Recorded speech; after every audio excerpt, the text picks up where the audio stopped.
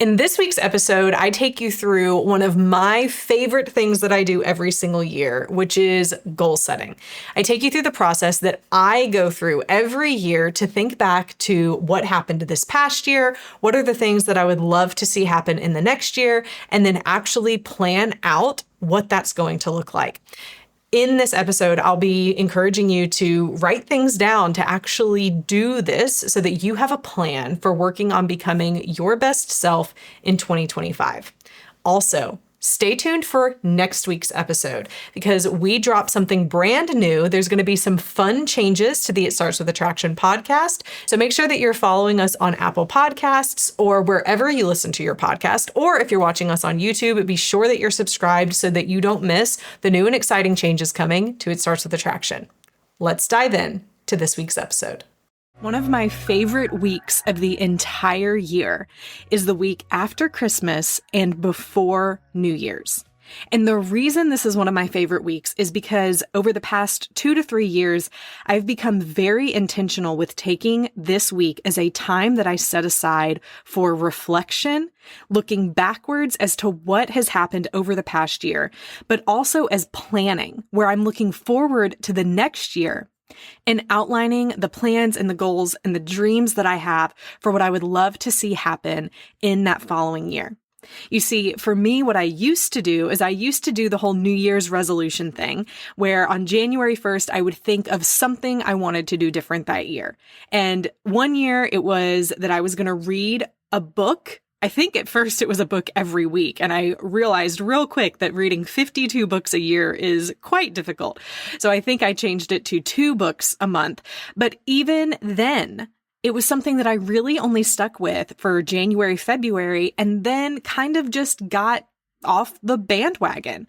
Life got in the way. I stopped focusing on it and I stopped reading. And therefore, come summertime, I looked backward and realized that was not a New Year's resolution that I could ever follow through with. Well, I take that back. I could have followed through with it, but I didn't set myself up for success in being able to follow through with it because I didn't do the process that I'm going to share with you in today's podcast. Now, I'm not saying you have to do New Year's resolutions. My husband is very much against New Year's resolutions for that exact reason. He doesn't want to just set something or say that he's going to do something and then not follow through with it. He wants to be intentional about what he says and what he does, which is smart.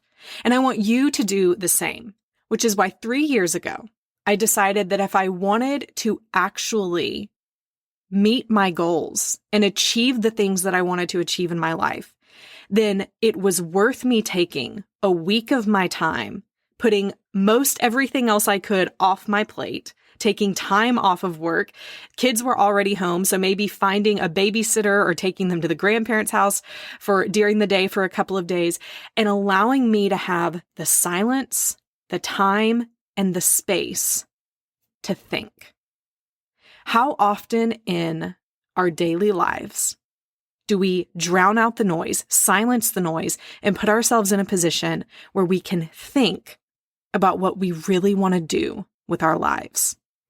And that's probably one of the most important things we need to do.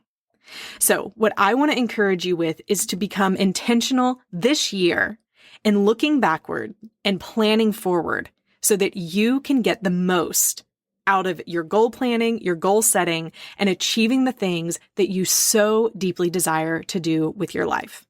I call this my time of planning forward, thinking forward, dreaming forward, looking forward, and making a plan to succeed. So here is how it works. During this time, I typically take 2 or 3 days where for 4 or 5, 6 hours each of those days, I'm turning off my phone, getting away from my computer, taking an actual notebook and pen, and maybe getting out of my house, either going on a hike or going to a coffee shop. And I'm just getting away from my normal routine so that my brain has the ability to disconnect from all of the things that my brain is going to say I need to do. I need to unload the dishwasher. I need to check Instagram. I need to check my email. No, I don't need any of those distractions during this time. This is my time for me. I view this as the ultimate form of self-care because I'm taking time for myself and really really narrowing down and narrowing in on what's important to me and where I want to spend my time over the next year so that I can be in control of my schedule and where I'm putting my eyes, where I'm putting my time, what is getting my attention throughout the year, as opposed to other things getting control of me. That's not the way I want to live my life. See, the struggle is we get caught in this hamster wheel of life and we keep doing things the way we have always done it because it's easy or because we're busy or because we don't know where to start to do things differently in order for our life to look different. What I have found is that taking this time, a couple of days at the end of every year, really helps me to reset and recharge so that I know where to focus and what to do in the coming year. I found that the best way to start doing new things and creating change in my life is through this special time that is my end of year planning. So here's what I do. I get to this silent spot. I pull out my notebook and my pen because I'm super old school. And I start with looking back. So I look back to the entire year that has already happened.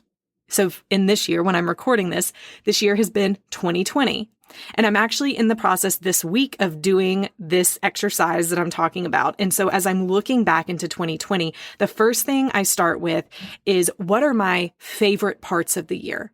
What have been the best things that have happened? What have been major successes or things that I wasn't even planning for, couldn't have planned for, but ended up happening anyway? And of course, in 2020, when we look back at the things we couldn't have planned for, that's probably going to be the majority of it. But in this first part, I'm really focusing on what am I grateful for? And you know what? Even with all of the craziness of this year, I have so much to be grateful for. So as I'm writing, I am writing out how I am grateful that I have been able to spend more time with my children than I ever thought possible. And yes, while that has been a struggle and very draining at times, it has also been something that has really brought me and my children and my husband closer together more times than not because we've actually been together. Real quick, just as a side note, when we look at the research of what makes strong families, it's not quality time, it's quantity time. So this year, even though it might have been stressful many times, you can rejoice and be grateful for the fact that if you have spent more time with your spouse or your children because of the circumstances of this year, then it is creating a stronger family. So always something to be grateful for. When I look back at 2020, I also see that with my company that I'm the CEO of, with Pies and with Marriage Helper, we were able to move so many things online that we never would have done otherwise. Our workshops, all of those things. Also, the time this year that I was able to be out of the office and have more time to think and to write and to journal also led to the beginning of this podcast. It was something I always wanted to do, or at least for the past year, it's really been on my heart to do it. Like in 2019, it started being on my heart that I wanted to do it, but 2020 allowed me the space to do it. And it ended up looking different and being in a different location than I thought it would be. But because of the events of this year, I was able to start this podcast, which is something I'm grateful for. I also look back and I can be grateful that we have been safe, that God has provided. There's so many things I could write here. And I want to encourage you to do the same. Think back to some of your favorite parts of this year, some of the best parts of this year, and just let your mind go as to what you're grateful for. And if this fills up 15 pages, then that's amazing. There's definitely no limit because this is one of the most important parts of what you're doing. Because you're really going to see, after you do this and look back, you're going to start seeing a theme of the things that make you happy, that brought you joy, and that brought you gratitude. A lot of mine, when I look back at it, end up being that while I would have never wanted to work from home, I'm really grateful for the fact that I have the time with my family, that I have more control over my own schedule, and that is going to inform me about decisions I want to make going into the next year, because I can see the things that worked for me. Whereas if I didn't take the time to look back and see the things I was grateful for or the favorite parts of the year, then I might miss including those things in 2021.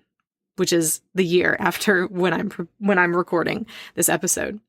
Another thing that really worked amazingly and I loved this year was my husband and I took a 3-day weekend for my birthday. The kids went to grandparents' house. We went and stayed at a hotel in Nashville, so we didn't go super far, but we did a full spa day. We did all the works because, oh my goodness, did we need it? Because we had not been out of our house for 6 months? But that was something I ended up loving, and definitely a tradition I want to keep with my husband in the years going forward, where we have, for my birthday weekend, a weekend of pampering, a weekend of being together, and a weekend of eating delicious food. Because let's be real, it's kind of my favorite thing in the world. But looking back and seeing those things are going to be helpful to you. After that, then look back and think of the struggles that you've went through this year and how you overcame them or are overcoming them. And ask yourself, what lessons have I learned in the struggles that I've encountered? I've shared some of this in the podcast, but one of the biggest struggles that I have encountered this year has actually been a health struggle, where at the beginning of this year, my doctor did a hormone test, a lot of hormone testing on me, and found that my body is accumulating cortisone, metabolized cortisone, which is basically after cortisol goes into your body. And I'm sure this isn't 100% accurate. So any medical professionals, you'll be able to understand this or help me say it even better. But basically, it's like when cortisol occurs in our bodies, then our body needs to get rid of it. And my body basically just takes the cortisol that has happened and kind of puts it in trash bags, so to say, and puts it out to the curb so that the trash service can come and get it, but the trash service is never coming. So there's just this accumulation of stress in my body. And up until this year, I just thought this was normal, that the impatience that I had or how quickly I would get stressed out or the anxiety that I struggle with, that this was just how I was. This is how it had to be. And it wasn't until this year where, first of all, I realized I wasn't crazy. And I actually did have something medically going on that was leading to this enormous amount of stress that I would feel. But also it was this year that I had to realize that I had to make changes in my life in order to reduce stress. And stress is one of the leading causes of health problems. And it's easy to think, no, it's fine. This is just how it is. I just need to work harder. I just need to, not get as much sleep so I can get everything done. And we don't think about the fact that we're going to pay for it later because it doesn't seem as imminent as a current medical diagnosis. But if these are the things that lead to that in my future, then I want to fix it now. So that has been a struggle for me. Redoing my life, being a person who I guess apparently is a type A person. I love to get stuff done. I love to always be working. I'm not a person who rests. I hate to rest. This year, I had to learn how to rest. And that might sound ridiculous to some of you, that's been a struggle. But you have to realize that I have tied my worth into what I do. And so it's actually very difficult for me to not work, to stop, to not even work out on a day because I'm tying my self-worth to it. And that has not been healthy. This year, I've overcome a lot of my disordered eating thoughts of how I would have fear. I mean, panic attacks, thinking about even eating a pizza, which isn't healthy. And I've had to overcome how I view my body and how I love myself and the way I talk about myself and the way I think about myself. And that has been difficult, but it's been so freeing. I've had a lot of struggles this year because of what's been happening in 2020 with my anxiety. I've struggled with general anxiety disorder for at least a decade now, and this year has not made it easier.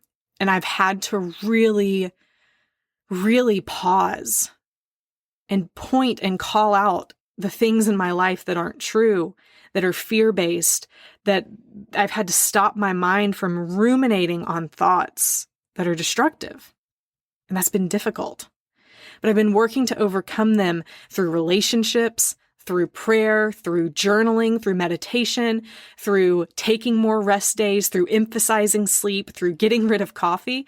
And many of those things have worked for me. So as I'm journaling and thinking about this past year, I'm going to write what my struggles have been. My husband and I, we've had struggles even in our relationship this year as we've been at home together more than we ever have before. And the stress of the year leads to more tension in our conversations, even with political differences and things that are happening and ways that we see things differently. We've had to learn how to navigate those conversations by listening to each other with respect and remembering that we are on each other's team. And at the end of the day, we love each other. Those are the things that I want to remember how we overcame those or are overcoming those, either me personally or things with my family. It's going to help me see what I want to continue to do next year. And then the next thing that I ask myself is, what was something I wanted to do this year, but I didn't get a chance? And is it something I still want to do going forward, or have my priorities changed? This year I had grandiose ideas of so many things happening with our office, with things that I'm doing with It Starts With Attraction and Pies University. And a lot of those ended up getting put on hold because my attention was needed other places. My attention was needed with my family. My attention was needed with my husband or with my kids. And I needed a break. I needed a mental break. So now I look forward and I say, are those things that are still priorities for me? And a lot of those things are difficult for me to give up because part of it kind of makes me feel like I'm giving up on myself, maybe. When I went off social media 3.5 months ago now, that was a very difficult thing for me because one of the priorities that I had for this year was to really do more on Instagram, connect more with others, grow the audience so that I could be a voice of hope and truth for other people. But in September, I was burnt out. I had started my PhD, plus my family, plus the businesses that I run, and it was too much. But honestly, it wasn't out of this place of courage and confidence that I left social media. It was from a place of, I'm scared that I have tied a lot of my worth into what I'm doing there and how people are interacting with me. And so it was scary for me to leave, but I knew I needed to for my mental health, for my family's health, for a lot of reasons. And now that I've had 3.5 months of being off, there's definitely part of me that when I'm looking forward, I'm asking myself, is it something that I want to go back to? And I do, but I'm going to be way smarter about how I do it going forward. But think about all of these things for you. What are the things you have been grateful for? What are the struggles that you have had and overcome or are in the process of overcoming? And what are the things you wanted to do but didn't get a chance? And then the next part of this is you begin to look forward. So it may take you a day or two just in looking backwards. It may only take you an hour, and that's totally fine as well. The point is that you're taking the time and you're being intentional about really focusing on this. And then when you start to look forward, this is where things get exciting. Now you are primed in your mind of the things that you have appreciated and found joy in this past year, things that you are proud of yourself for doing, things that you are viewing as accomplishments and successes. And so this is the perfect time for you to begin thinking of what you want to do next year. So one way you can do this is simply by starting a list of things you want to do next year and just write down what comes to your mind. I had a friend ask me this a couple of weeks ago. He said, Kimberly, what are your goals for next year? And he had just told me about his goals that he had made for himself. And I was loving the things that he said. And when he said, what are the goals that you have for next year? I honestly hadn't yet thought about it because I wasn't at my end of the year yet. So I hadn't put too much thought into it, although I had general ideas. And I just started listing things. The first thing I said was, I want to invest in more friendships in the Nashville area. One of the things I've realized, especially this year, is that I have friends in Alabama or in California or in New York, but I don't have a ton of friends, or at least good close friends, that live in my area that I can get together with for lunch or go to coffee with or go for a hike with. And that's something that I know that I need, but more than that, I really want. I want that camaraderie. I want those people that I can call on a day where I'm feeling down and just go meet with them. That's something I think we've all missed a little bit in this year. So I said, I want to invest in really focusing and being intentional on developing 3 friendships in the Nashville area, people that I can be close with. And then I continued on from there. I said, I want to really be intentional next year about every quarter taking a 4-day weekend with my family and going somewhere. And it doesn't even have to be extravagant. It can even be a staycation where each day we're going hiking at a new place or going to the zoo, or maybe we do go somewhere closer, or maybe we go to the beach, which would be amazing. But I also want to take 2 weeks out of the year next year to do a bigger trip with my family, or even with just me and my husband, depending on where we want to go. And the reason that is important to me, which I'll explain the importance of knowing this later, is because I crave adventure. I crave spontaneity. I love new experiences. These are things that rejuvenate me. This is a way of relaxation for me. Being able to see the world in a new way, see new things. I love this. Eat new food, favorite thing in the world. So that's something that I really want to focus on prioritizing as I go into next year, and taking the time to be intentional about doing it with my family as well. When I was young, my dad was a very well-known speaker, traveled all over the world and all over America speaking. And one of my favorite memories as a child, I mean, a young child, 4, 5, 6, 7 years old, was going with my parents when my dad would be speaking in Colorado and New Mexico and Hawaii, California. I went so many places with my family, and that really instilled this love of travel in me and new experiences. And it's something I want to give to my children as well. So all of these things are important to me. So when I'm looking forward into next year, these are the things I'm thinking of. Another huge one that I had is I really want to start volunteering. I really, at least one time a month, want to go somewhere and see people, connect with them, do something to help the community, my local community. That's something that's really important to me. It has been for many years, but it's something that I have gotten out of the habit of doing, and I really want to be intentional about doing it again next year. Another way that you can look forward and begin planning to the things that you want to happen next year is view it in terms of the pies. So you can begin asking yourself, physically, intellectually, emotionally, and spiritually, where would I like to be at the end of the year? If I get to December 31st, 2021, which is this next year, so depending on when you listen to this, just change the dates. But if I get to this last day of the year, what would I love to look back and have accomplished physically or intellectually or emotionally or spiritually? And maybe you fill in all of those, or maybe you just focus on one of those areas. And it could be whichever one you feel most strongly about going into the year.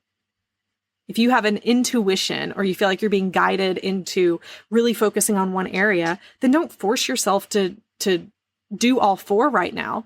Listen to yourself and really focus on that one. Maybe you look at the emotional part and you say, you know what? It's all about connection with other people, evoking emotions within others they enjoy feeling, being self-aware of myself. So how can I be more emotionally attractive? What are some things I can do? If I get to December 31st and look backward, what would I like to have seen happen? And maybe you begin saying, you know, I want to see that I spent more time with my children. Or maybe you're saying, I want to see that I dealt with my anger issues, or I dealt with my addiction, or that I did some deep work and got therapy for a past trauma that I've gone through, or I've forgiven someone who's really hurt me. Whatever that is for you, and only you know you, begin to write that down. And right now, we're not going to get into the specifics of how you're going to do it. We'll do that in just a minute. But at least get the big idea out there. If it's physically, then begin asking yourself what that looks like. At the end of the year, what do you want to have accomplished? Is it that you want to gain weight, that you want to lose weight? Is it that you want to have eliminated things from your diet that don't make you feel good? Or you want to get your blood sugar better? Or you want to have less chronic pain? Or you want to sleep 8 hours a night and have good restful sleep? Whatever it is that you want to accomplish physically, write those things down. And if you have 20 things at the end of writing it down, then we're going to need to narrow some things down, or at least compile them to make the list shorter. But right now, there's no limits. Just start writing down what is coming to mind and is important to you. And that is the most important part of this.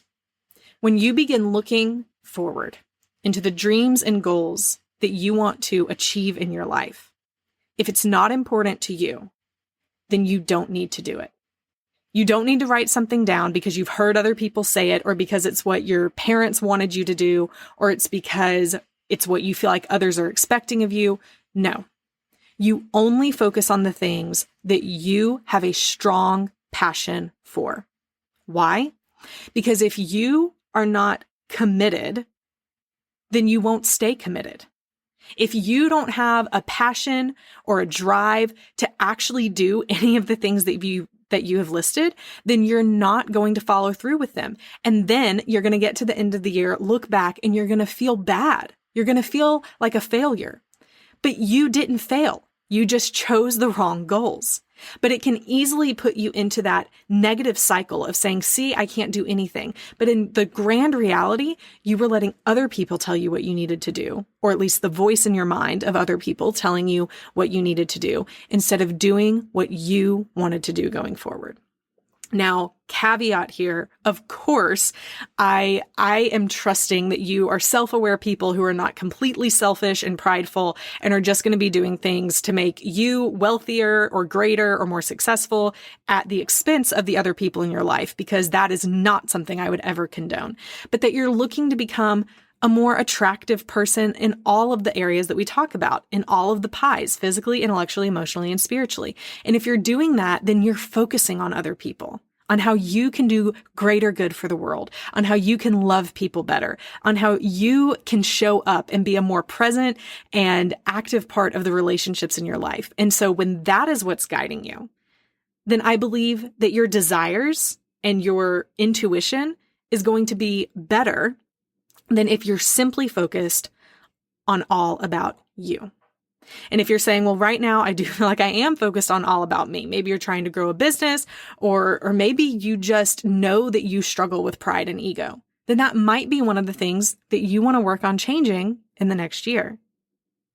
But all of this being said, you need to have a strong why associated with each thing that you want to do. It's easy to say, I want to lose 10 pounds, or I want to go back to school and finish my degree. But why are you saying it? Is it because you feel like it's low-hanging fruit? Everyone says it. It's January. Of course, it's the time I need to say that I need to lose a certain amount of weight. But do you really want to? Do you really care? And it's okay for you to not. You might be saying, I need to go back and finish my degree. Okay, why do you want to? Is it because you know if you have that degree, you're going to have better opportunities? Is it because you really have a strong desire to learn? Is it even just because you want to show yourself you can do it? Those are all great reasons, but it needs to be important to you.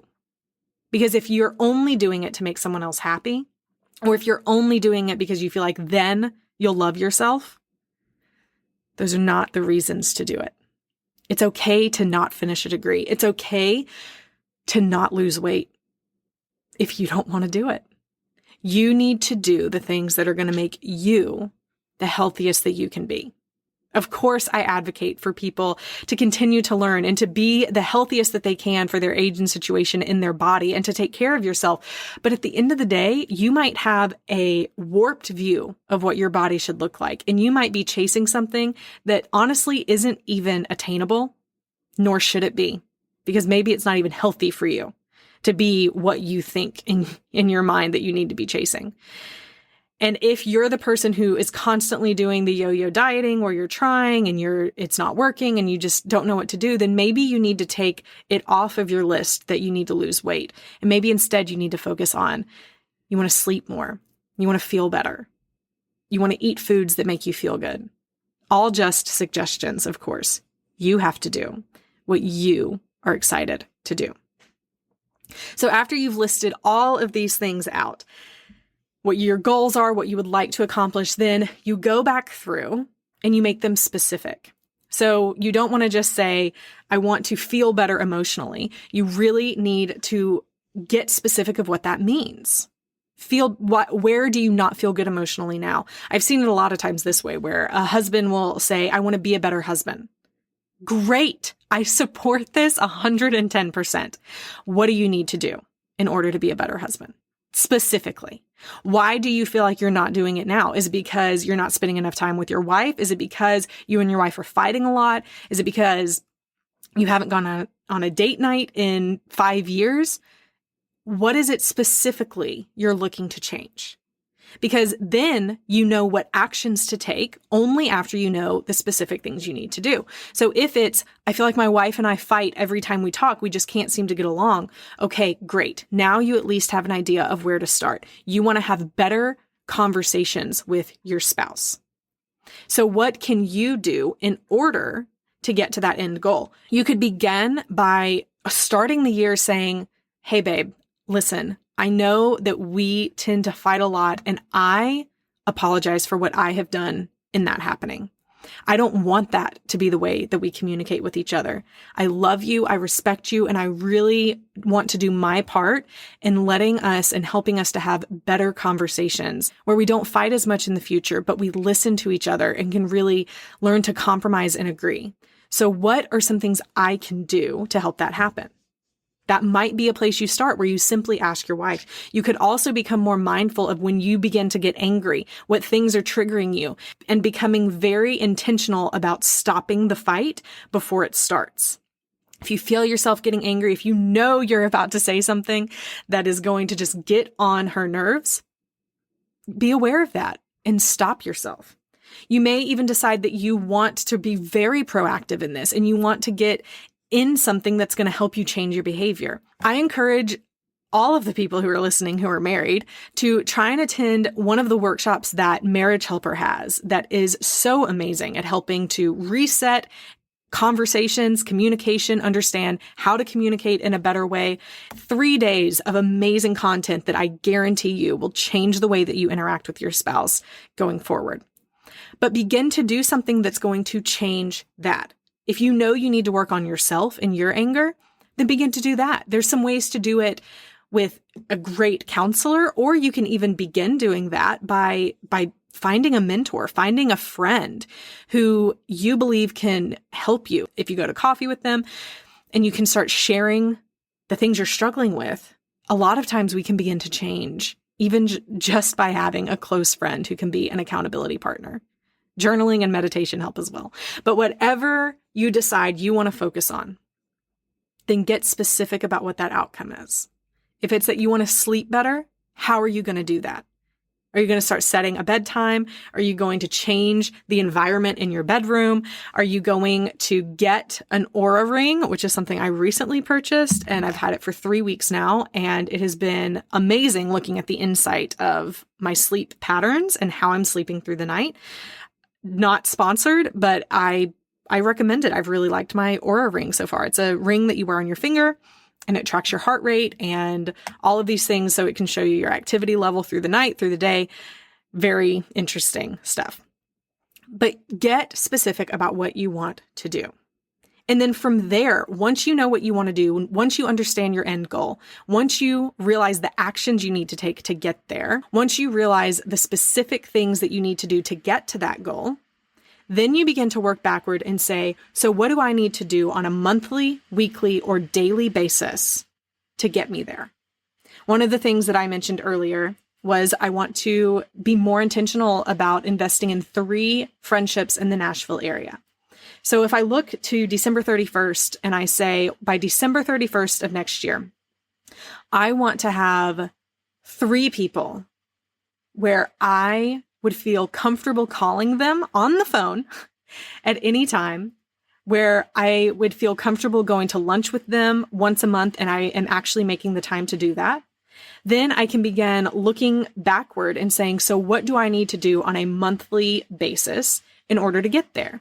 Well, first, I need to find these friends. This might sound ridiculous. I need to identify these friends. And so I have some people in my mind who I think I would want to start with and just begin to call them or ask them to go to coffee or ask them to go on a walk. And then finding those times to connect, being intentional about it, putting it in my schedule and scheduling every month. This is a day that I'm going to spend time with a friend. So I need to find who that's going to be and begin to invite them and just intentionally invest in the relationship. And it's the same with one of the other things that I had was I want to do a better job meal planning next year, because I know for me that if I can eat in a way that I feel good, if the food that I'm eating makes me feel good, then I will be a much better person throughout the day. And if I don't have something easy to make on hand, then especially working from home, it's super easy to grab the chocolate or, goodness, whatever else is in the fridge. Who knows what it might be? Leftovers from my kids' food, which is not things that typically make me feel good. So I need to have meals that are quick and ready and easy to eat, but also delicious, because you guys, I love food. So what can I do if I'm looking at December 31st and looking back? Then at that time, I want to be able to say, I am in a habit of every Sunday, I am getting my groceries, I am prepping food, I am meal prepping, so that throughout the week, I am reaching for food that is healthy. I know what's going to be made each night of the week so that I don't have to worry about it every single day. It frees up my mind for decision making. So then how can I work backwards and start changing my life in order to do that? Well, part of this is just beginning to schedule it, making the effort, knowing that's what I'm going to do on Sundays, and getting into that practice of doing it on a nightly basis. Some of these can be a little more difficult. So one that might be harder to wrap our minds around is that one of, I want to be a better wife. How specifically at the end of next year would I want to look back and believe that I have worked on becoming a better wife? For me, man, this is an interesting one to talk about. So for me, I would have to look back into 2021 and say that I want to feel like I've done everything I can to support my husband. When my husband got out of the military 4 years ago, it was a very difficult transition for him into the civilian world, as it is for many. And when I look back, especially on that first year or two, once he got out, I do not believe I was supportive. I do not believe I understood how he was feeling or where he was coming from. And I was viewing what he was going through from my very type A personality of just go do something. Like, I don't care what it is, just go. I don't think I was supportive of him.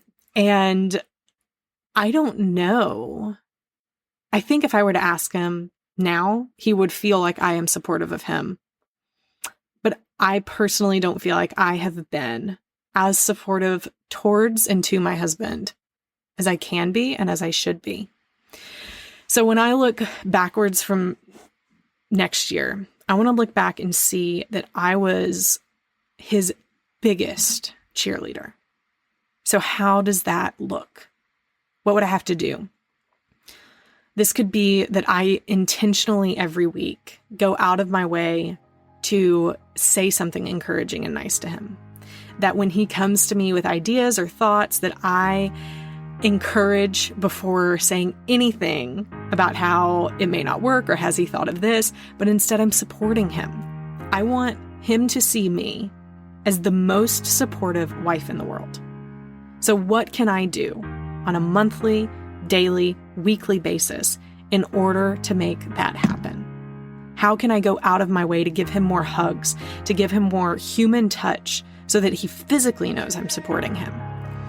And those are the ways that I can begin to make my goals, set my calendar, and set my priorities for things that I want to do next year in order to look back and have achieved the goals that I had and ultimately become the person that I want to be.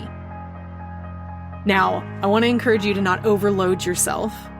And if this is something you are new to, then I want to encourage you to do less than more until you get a hang of how this process works. You can always do this in February, March, July, October. It doesn't matter when you do it. The point is that you become intentional about looking forward and begin to plan your life so that one day you don't look back and feel like your life is gone and you don't know what you did with that time.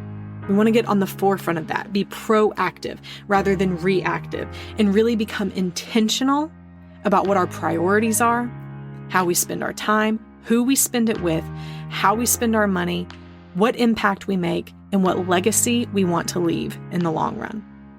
I hope that this has been encouraging to you, and I hope this is a practice that you begin to implement every year. Whether it's at the end, beginning, or somewhere smack dab in the middle. Wherever you do it, doesn't matter. As long as you begin to do something that's moving you towards being the person that you want to be.